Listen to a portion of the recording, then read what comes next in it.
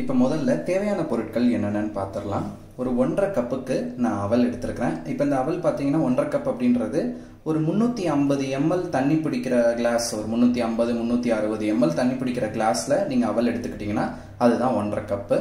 அப்புறம் ஒரு பெரிய வெங்காயத்தை எடுத்து இந்த மாதிரி நறுக்கி வச்சுக்கிட்டேன். ஒரு உருளைக்கிழங்கு எடுத்து நறுக்கி வச்சுருக்கிறேன். அப்புறம் நிலக்கடலை, நான் நிலக்கடலை கொஞ்சம் ஜாஸ்தி சேர்த்துக்குவேன். ஸோ என்னை பொறுத்தளவில் ஒவ்வொரு ஸ்பூன் நம்ம போகா எடுத்து சாப்பிட்றப்போ அதில் 2 இல்லை ஒரு நிலக்கடலை வரணும். ஸோ உங்களுக்கு தேவையான அளவு நிலக்கடலை நீங்கள் போட்டுக்கோங்க. நிலக்கடலை நிறையா சேர்த்தா நல்லாயிருக்கும். அப்புறம் கார்னிஷ் பண்ணுறதுக்கு மல்லி இலை, அப்புறம் ஒரு 1/4 எலும்புச்சம்பளம், ஒரு 1/4 டீஸ்பூன் மஞ்சள் தூள், இது போக நம்ம உப்பு சேர்த்துப்போம் தேவையான அளவு. இது போக மீடியம் சைஸ் பச்சை மிளகாய் ஒரு 2 எடுத்துக்கோங்க. ஃபஸ்ட்டு பேனில் நம்ம எண்ணெய் சேர்த்துக்கலாம். இது பார்த்தீங்கன்னா 3 டேபிள் ஸ்பூன் பிடிக்கும். நான் ஒரு 3 டேபிள் ஸ்பூனுக்கு நான் எண்ணெய் சேர்த்துக்கிறேன்.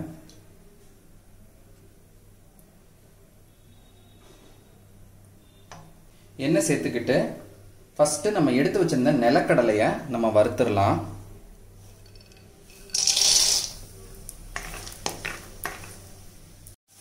ஒரு 1 நிமிஷம் ஹை ஃப்ளேமில் வச்சுட்டு அப்புறம் இமீடியட்டாக லோ ஃப்ளேமுக்கு கொண்டு வந்துருங்க, இல்லைன்னா கருகிடும்.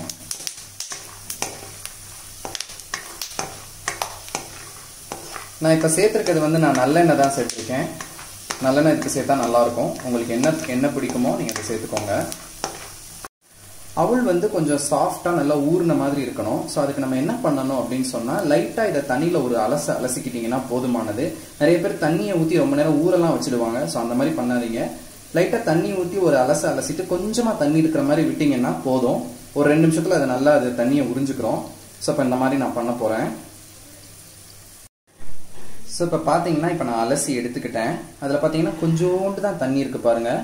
அலசி எடுத்தது போக இந்த தண்ணி போதுமானது. நம்ம கொஞ்ச நேரத்தை விட்டால் இந்த தண்ணியெல்லாம் அதுவே உறிஞ்சிக்கிடும். ஸோ இப்போ நிலக்கடலை நல்லா வறுபட்டுருச்சு. இப்போ அதை நம்ம நிலக்கடலையை எடுத்துடலாம். ஸோ நிலக்கடலையை நம்ம தனியாக எடுத்துட்டோம். இப்போ நம்ம வச்சிருக்க அதே எண்ணெயில் வெங்காயத்தை சேர்த்துக்கலாம்.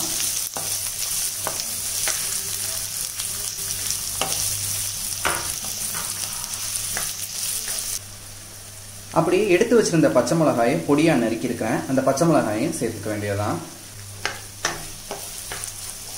சும்மா ஒரு 1 நிமிஷம் ஆனால் போதும். அப்படியே நம்ம எடுத்து வச்சிருக்கிற உருளைக்கிழங்கை சேர்த்துக்கலாம். இப்போ மஞ்சள் தூள், அப்புறம் ஒரு 1/2 டீஸ்பூனுக்கு உப்பு சேர்த்துட்டு நல்லா எல்லாத்தையும் மிக்ஸ் பண்ணிடலாம்.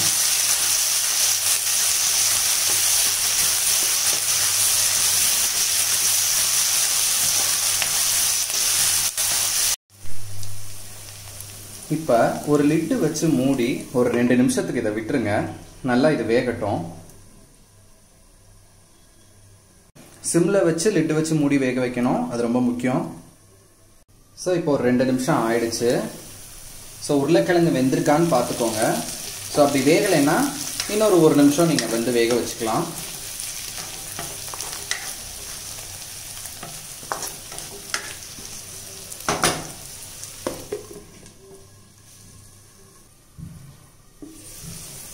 இப்போ கிழங்கு நல்லா வெந்துருச்சு. இப்போ டேஸ்ட் பண்ணி பார்த்துட்டு உப்பு வேணும்னா நீங்க உப்பு சேர்த்துக்கலாம். நான் இன்னொரு ஒரு 1/4 டீஸ்பூன் நான் உப்பு சேர்த்துக்கிறேன். நல்லா மிக்ஸ் பண்ணிடுங்க. இப்போ நம்ம எடுத்து வச்சிருந்த அவலை நம்ம இதுல சேர்த்துக்கிறோம்.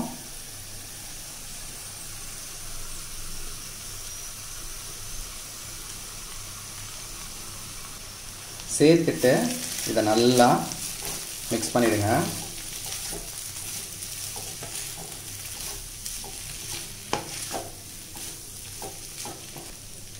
மிக்ஸ் பண்ணியாச்சு.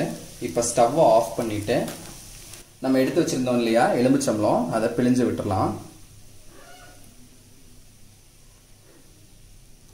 அப்படியே நம்ம எடுத்து வச்சிருந்த இந்த கொத்தமல்லியையும் போட்டுட்டு இந்த நிலக்கடலை அதையும் இதில் சேர்த்துக்கிறோம். சேர்த்துட்டு எல்லாத்தையும் ஒன்றா கிளறிடலாம். ஸோ இப்போ இது பார்த்தீங்கன்னா ஒரு 2 பேர் சாப்பிட்ற அளவுக்கு இந்த போர்ஷன் இருக்கும். ஸோ ஒரு சிம்பிள் அண்ட் சூப்பரான அவல் உப்மா ரெடி ஆயிடுச்சு. பாருங்கள், பார்க்குறதுக்கே எவ்வளோ நல்லா இருக்குன்னு சொல்லிட்டு. ஸோ கண்டிப்பாக ட்ரை பண்ணி பாருங்கள். ரொம்ப ஹெல்த்தியான ஒரு டிஷ்ஷு. ஸோ ட்ரை பண்ணி பார்த்துட்டு சொல்லுங்கள். தேங்க்யூ.